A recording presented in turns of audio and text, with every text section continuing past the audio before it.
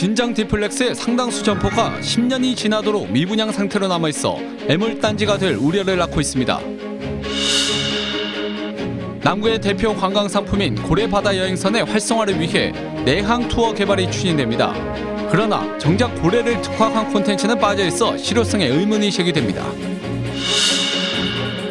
미세먼지 특별법 시행 후 울산에서도 내일 처음으로 공공기관 차량 2부제 등 고농도 미세먼지 저감 조치가 발령됩니다. 원정과 국가산업단지 지하 배관에 대한 불안을 해소하기 위해 울산시가 안전기반시설 구축에 나섭니다.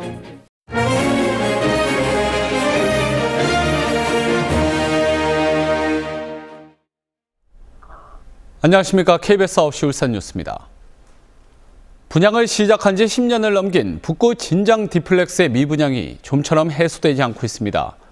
점포 10곳 가운데 3곳은 비어 있는데 울산도시공사가 미분양 해소를 위한 대책 마련에 골머리를 앓고 있습니다. 박중광 기자의 보도입니다. 2008년부터 분양을 시작한 북구 진장 디플렉스입니다. 공구 전문 상가로 문을 열었지만 빈 사무실이 여기저기 눈에 띕니다. 전체 496개 점포 가운데 아직까지 155곳이 주인을 찾지 못하고 있습니다. 분양을 시작한 지 10년이 지나도록 미분양률이 31%나 됩니다. 이곳을 관리하는 울산도시공사가 지난해에는 상권 활성화를 위한 전담팀까지 꾸렸지만 사정은 나아지지 않고 있습니다. 2008년 초기 분양 시에 리먼 브라더스 사태로 활성화가 좀 지연된 부분이 있고 지금도 지역 내 경기 자체가 많이 침체되어 있고 부동산 시장 자체도 침체되어 있는 게 사실입니다. 이런 가운데 울산도시공사가 미분양 해소를 위한 대책 마련에 들어갔습니다. 진장물류단지 2단계 개발이 마무리되고 인근 송정지구의 입주가 시작되면서 유동인구가 늘어난 점을 활용해 보자는 취지입니다. 먼저 유관기관을 유치해 상권 활성화를 꾀하고 입주 기준을 낮춰 생활용품 전문점을 입주시킬 계획입니다. 또 빈 점포를 청년이나 퇴직자들의 창업 공간으로 제공하거나 소상공인들을 위한 공공임대도 추진하고 상권 활성화를 위한 아이디어도 공모할 예정입니다. 울산도시공사가 이처럼 진장 디플렉스의 미분양 해소 대책을 서두르고 있지만 경기 침체가 계속되는 상황에서 기대만큼의 효과를 거둘지는 미지수입니다. KBS 뉴스 박중관입니다. 고래 관광 특구의 핵심 관광 상품인 고래바다 여행선이 승객이 줄면서 적자에 허덕이고 있습니다. 이를 개선하기 위해 남구가 내항 투어 개발을 추진하겠다고 밝혔는데 정작 고래 관광도시의 특색을 살리는 콘텐츠는 부족하다는 지적이 일고 있습니다. 보도에 남미경 기자입니다. 바다에서 고래를 관람하는 국내 유일의 관경선인 고래바다 여행선. 지난 2009년 고래 관광도시 울산을 대표하는 관광 상품으로 운항을 시작했지만 성적표는 초라합니다. 해마다 고래 발견율이 20%에 그치면서 2015년 4만 명에 육박했던 탑승객은 3년 만에 절반 가까이 줄었습니다. 해마다 발생하는 적자도 6, 7억 원대에 달합니다. 이런 가운데 남구도시관리공단이 그 대안으로 울산항과 주변 산업시설을 둘러보는 내항 투어 프로그램을 추진하고 있습니다. 장생포를 출발해 동방파제, 울기등대를 1시간 30분 동안 왕복하는 코스로 울산항과 산업시설, 울기등대를 묶는 콘텐츠를 구성한다는 계획인데 기존의 고래 탐사와 디너 크루즈 코스에 이어 관광객을 끌어들일 상품으로 만들겠다는 겁니다.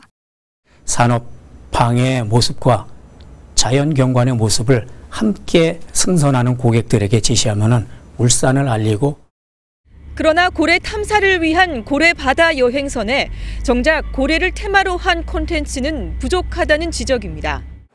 또 부산에서 이미 북항 재개발 지역과 부산항을 둘러보는 비슷한 프로그램이 무료로 진행되고 있어 차별성이 있을지도 의문입니다. 기업이나 공장을 보는 것을 관련된 단체가 아니면 그렇게 관심 있어 하지 않을 것 같거든요. 사람들이 그거 참 재밌고 뭔가 신기하다 뭐 이런 흥미적 요소들이 있는 것들을 어떻게든 개발을 해야. 울산이 국내 유일의 고래 관광 도시를 표방하고 있는 만큼 고래와 관광을 접목한 특색 있는 콘텐츠 개발이 아쉽습니다. KBS 뉴스 남미경입니다. 자유한국당 당대표와 최고위원을 뽑는 전당대회 합동연설회가 오늘 부산에서 열렸습니다.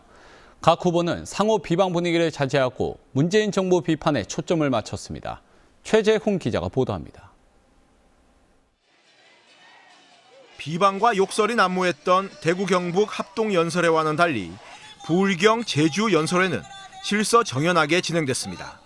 당대표에 출마한 황교안, 오세훈, 김진태 후보는 모두 문재인 정부의 실정을 심판하고 내년 총선에서 승리하기 위해서는 반드시 자신이 당대표가 돼야 한다고 목소리를 높였습니다. 황교안 후보는 문재인 정부의 경제, 안보, 정치 모든 분야에서 실정을 거듭해 나라가 위기에 처했다며 위기 극복을 위해서는 보수가 단결해야 한다고 호소했습니다. 우리 국민들은 먹고 살기 힘들어 아우성입니다. 그런데 북한의 돈 퍼줄 국리만 하고 있습니다. 도대체 어느 나라의 대통령입니까, 여러분? 오세훈 후보는 박근혜 전 대통령의 탄핵을 인정하지 않는 두 후보의 우려를 나타내며 국민 눈높이에 맞춰야 보수가 더 강해질 수 있다고 목소리를 높였습니다. 국민은 탄핵을 역사적 사실로 보고 있습니다.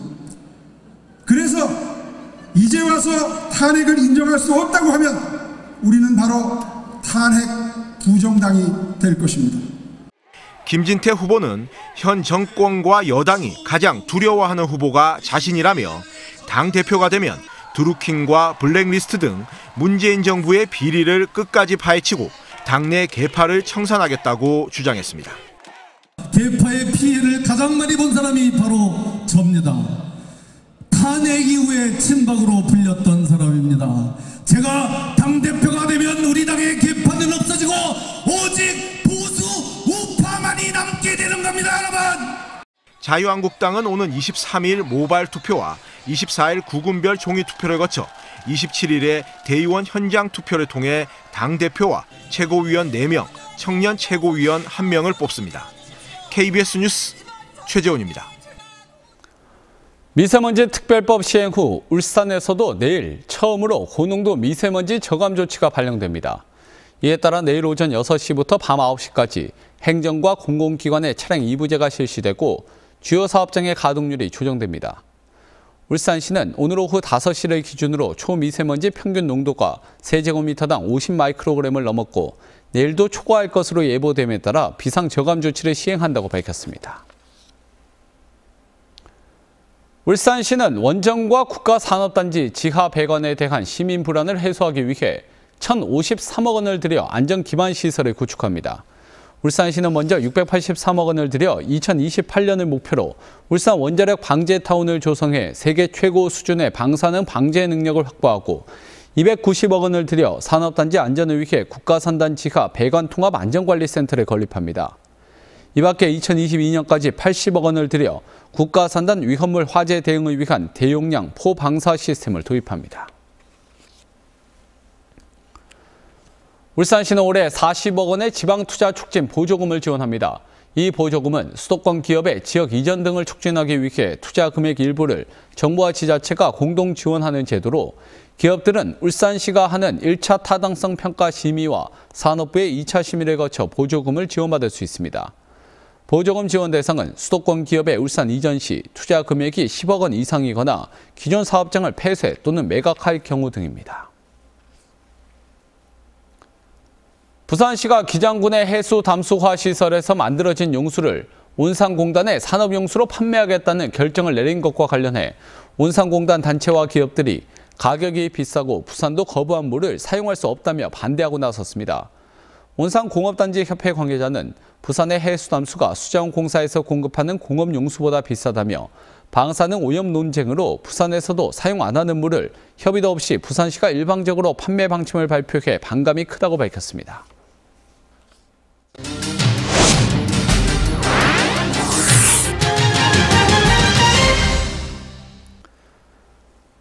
남구도시관리공단이 장생포 고래생태체험관에서 태어난 아기 돌고래 고장수의 건강한 모습을 언론에 공개했습니다.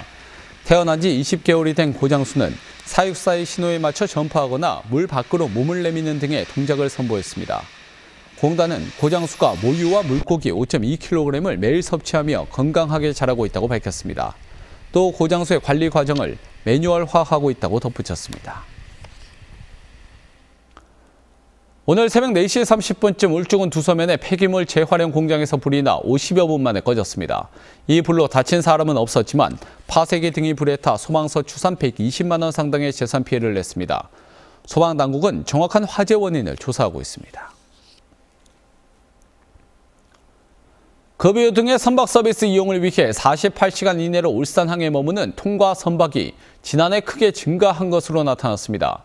울산항만공사에 따르면 지난해 울산항 통과 선박은 155척으로 2017년 122척과 2016년 115척에 비해 20-30%가량 늘었습니다.